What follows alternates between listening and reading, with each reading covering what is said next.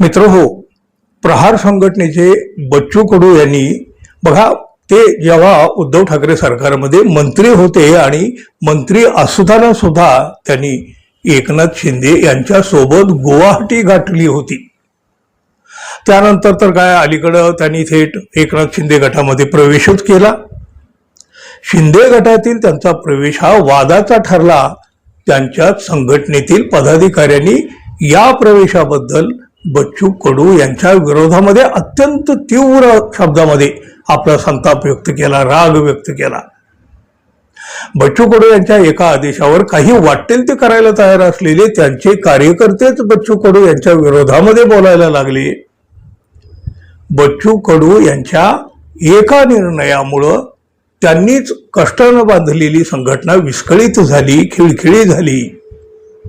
बच्चू कडू हे शिंदे गटाच्या माध्यमातून महायुतीमध्ये आता सामील झाले खरे, पण इथं सुद्धा बच्चू कडू अखेर कडूच राहिले. महायुतीत असणाऱ्या नेत्यांनी बच्चू कडू यांना त्यांची खरी जागा दाखवण्याचा आता प्रयत्न केलेला आहे. बच्चू कडू यांनी काहीही गरज नसताना हा वाद ओढवून घेतलेला आहे. मुख्यमंत्री पदावर देवेंद्र फडणवीस आहेत, पण बच्चू कडू यांना मात्र वाटतं फडणवीस यांच्या ऐवजी एकनाथ शिंदे मुख्यमंत्री असायला हवेत.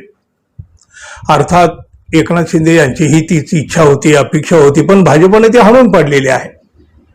आता बच्चू कडू यांना पुन्हा एकदा एकनाथ शिंदे यांचा उमाळा आला आणि ते म्हणाले, एकनाथ शिंदे साहेब हे रात्री 2 वाजता सामान्यांसाठी दरवाजा उघडणारे नेते आहेत, त्यामुळं असा ताकदीचा नेता राज्याचा मुख्यमंत्री व्हावा. सध्या सर्वेक्षण जरी केलं तरी पुन्हा मुख्यमंत्री एकनाथ शिंदेच व्हावेत असं प्रत्येकाला वाटतं. त्यामुळं देवाला साकडं घालण्यापेक्षा आपण जनतेच्या पुढे जाऊन एकनाथ शिंदे यांच्या मुख्यमंत्री पदासाठी प्रार्थना करू. एवढं उघड हे सगळं काही बच्चू कडू बोलले. म्हणजे सरळ सरळ याचा अर्थ असा होतो की देवेंद्र फडणवीस मुख्यमंत्री पदासाठी सक्षम नाहीत, ते मुख्यमंत्री असू नयेत असं प्रत्येकाला वाटतं.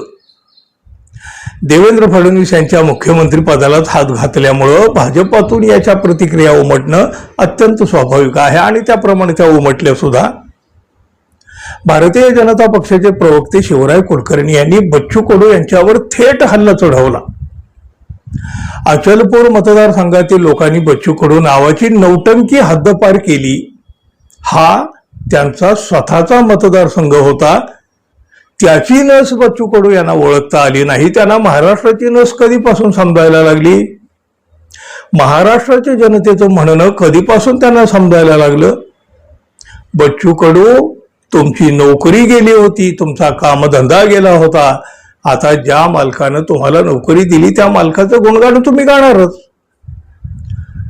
आमच्या देवाभाऊंची, मुख्यमंत्री देवेंद्र फडणवीस यांची लोकप्रियता किती आहे हे महाराष्ट्राच्या कानाकोपऱ्यातील शेंबडं पोरही सांगेल, पण ती लोकप्रियता तुम्हाला दिसणार नाही. एवढ्या कडक भाषेत बच्चू कडू यांना फटकारलं गेलं.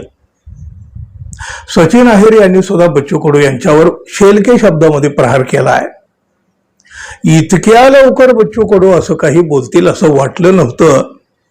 आता ते शेतकरी आणि दिव्यांगाच्या प्रश्नावर अधिवेशनामध्ये किती आक्रमक होता ते आम्ही बघू, असं सचिन अहिर म्हणाले. तर महायुतीतलं वातावरण खराब करू नका, सगळं गोड सुरू असताना कडूपणा आणू नका, असा सल्ला मंत्री नितेश राणे यांनी दिला.